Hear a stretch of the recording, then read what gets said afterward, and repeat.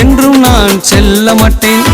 கிறிஸ்துவின் நாமத்தினால் உங்கள் ஒவ்வொருவரையும் வாழ்த்தி ஆசீர்வதிக்கிறேன். ஏற்ற காலங்களில் நம்மை உயர்த்துகிறவர், உடைய கரத்தில் நிழலுக்குள் வாழ்ந்து கொண்டிருக்கக்கூடிய உங்கள் வாழ்க்கையை கர்த்தர் மாற்றி கொடுப்பார். தேவன் சமாதானத்தையும் சந்தோஷத்தையும் அளவில்லாமல் உங்கள் வாழ்க்கையில் அவர் கட்டளையிடுவார். என் அன்பு சகோதர சகோதரிகளே, ஒவ்வொரு நாளும் கீதங்களை வாசித்து அவருடைய பாதத்தில் காத்திருக்கக்கூடிய உங்களுடைய வாழ்வை தேவன் உயர்த்துவார். அதிகமாக உங்களை மேன்மைப்படுத்துவார். உங்களுடைய கையுடைய பிரயாசங்கள் ஆசீர்வதிக்கப்படும். நெருக்கப்படக்கூடிய உங்கள் நெருக்கங்கள்லாம் பெரிய மாற்றங்கள் காணப்படும். எல்லா காரியத்திலும் தகப்புடைய அன்பின் கரங்கள் கூட இருந்து உங்களை நடத்தும். ரட்சிக்கும்படியான ரட்சிப்பின் அபிஷேகங்களை தேவன் நம்முடைய கூடாரத்துக்குள் ஊற்றுவாராக. ஜெபம் காணப்படாத நம்முடைய வீட்டுக்குள் ஜெபத்துடைய அபிஷேகத்தினால் அவர் நம் வீட்டை நிரப்புவாராக. ஆவியானுடைய அனுகூலம் நம்ம ஒவ்வொருடைய குடும்பத்துக்குள்ளும் இந்த காலை வேளைகளை அதை கடந்து வரும்படியாக தேவ சமூகத்தை நோக்கி பார்த்து உங்களுக்கான நேரத்தில் உங்களை சந்தித்து செபிப்பதற்கு கர்த்தர் கொடுத்த தயவுள்ள கிருபைகளுக்காக இயேசு சுவாமிக்கு நன்றி செலுத்துகிறேன். அல்லேலூயா. ஒரு வசனங்களை நான் உங்களுக்கு சொல்லி தெய்வ சமூகத்துல உங்களை நினைவுகூர நினைக்கிறேன். இந்த வேத வசனமானது நிச்சயமாக உங்க வாழ்வை தேவன் ஆசீர்வாதமாக அவர் மாற்றி கொடுப்பாராக. எடுத்து நாம் வாசித்து பார்ப்போம்.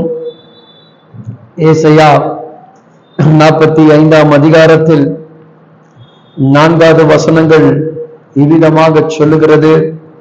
வெண்கல கதவுகளை உடைத்து இரும்பு தாழ்பால்களை முறியடித்து அந்தகாரத்தில் இருக்கக்கூடிய பொக்கிஷத்தையும் ஒளிவிடத்தில் இருக்கக்கூடிய புதைகளையும் உங்களுக்கு கொடுப்பேன்.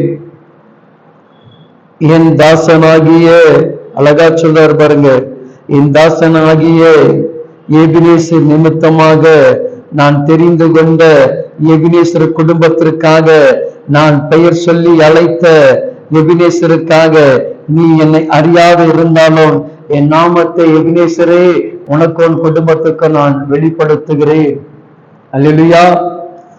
வரக்கூடிய மாதம் மிகப்பெரிய தேவை நிறைந்த மாதம் அல்லவா?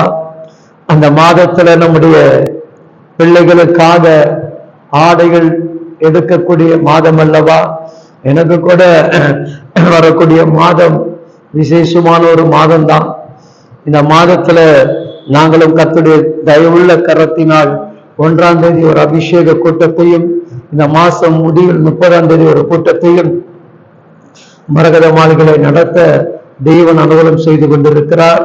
அதுக்கப்புறம் டிசம்பர் 2 என் மகளுடைய திருமண காரியத்துடைய தேவைகளையும் கர்த்தர் அழகாக நேர்த்தியாக அவர் சந்திக்கக்கூடிய வாசல்களை அவர் திறந்து கொடுத்து கொண்டிருக்கிறார். அதுபோலதான் தெய்வ பிள்ளைகளே, உன்னுடைய தேவைகள் எல்லாவற்றையும் தேவன் சந்திப்பார். உனக்காக வெண்கல கதவுகளை உடைத்து இரும்பு தாழ்பால்களை முறியடிப்பார்.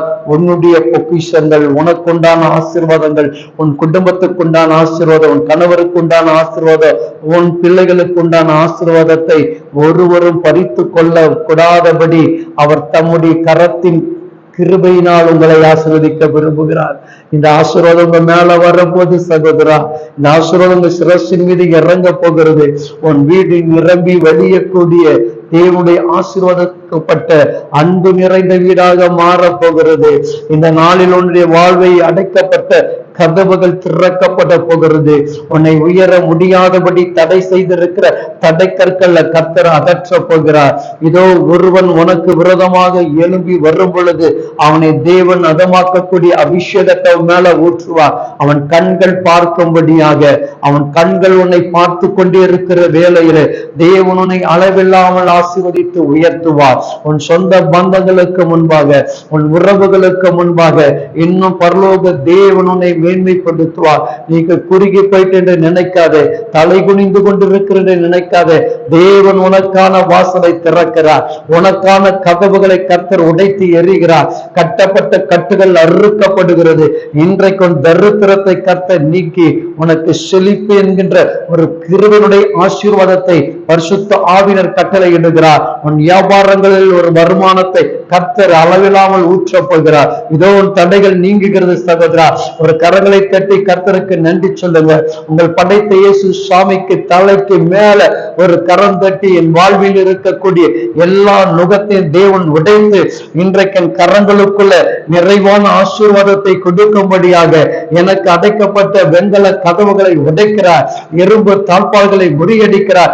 என்னுடைய ஆசீர்வாதத்தின் பொக்கிஷத்தை, என் குடும்பத்திற்குண்டான ஆசீர்வாதத்தின் பொக்கிஷத்தை என் பரிசுத்த ஆவியனர் இந்த காலை வேளையில என் கூடாரத்துக்குள் கட்டளையிடுகிறார் என்கின்ற நம்பிக்கையோடு ஒரு அல்லேலூயா சோத்திரம்.